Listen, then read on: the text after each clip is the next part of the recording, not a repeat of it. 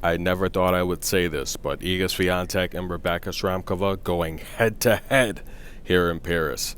As always, this video is brought to you via the Doctrine of Fair Use, the Fair Dealing, and the Digital Millennium Act. Now, I say that because the last time these two faced each other, Rebecca was on the receiving end of a bagel.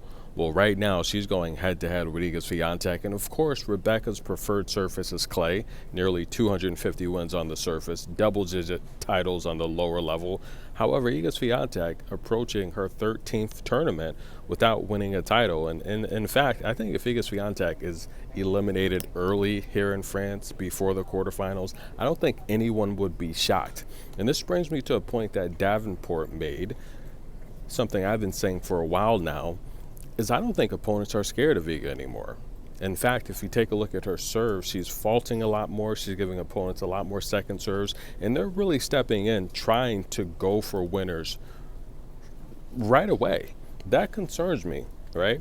Now, if you give your opponent any type of mental edge, any type of angle that they can use to play harder and stronger and more aggressive, it's not a good thing. And I think, in fact, personally, I think opponents, they don't fear Iga anymore because she's been losing a lot more. She hasn't been winning tournaments.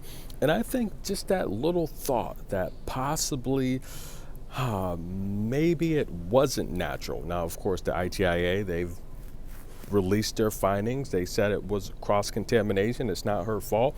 But if players are approaching this when facing Iga that, okay, maybe it wasn't a mistake, that can give them that mental edge to play harder. And I think that's what we're seeing now is Iga Swiatek's not ready, guys. But are players burnt out? Because when I watch Iga Swiatek play, I don't see the passion. I don't see the enthusiasm. In fact, I see someone that's been dealing with things off the court, a lot of criticism.